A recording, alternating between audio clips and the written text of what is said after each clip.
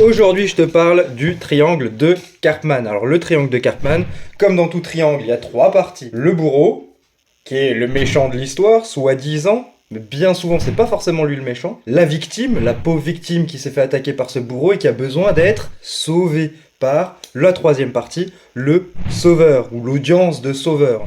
Pourquoi je te parle de ça? Parce que bien souvent, quand t'entends quelqu'un se victimiser et dire «Ah, mon ex, c'était un PN», et je suis désolé, ça va pas plaire à tout le monde, ça, c'est un gros red flag.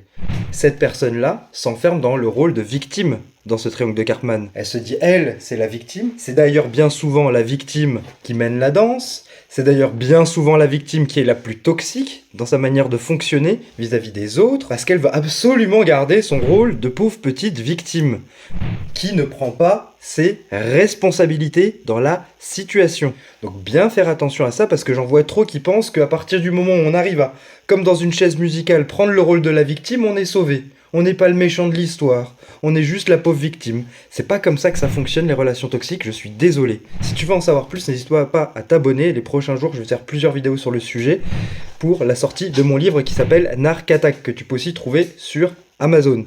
Je te dis à bientôt, ciao!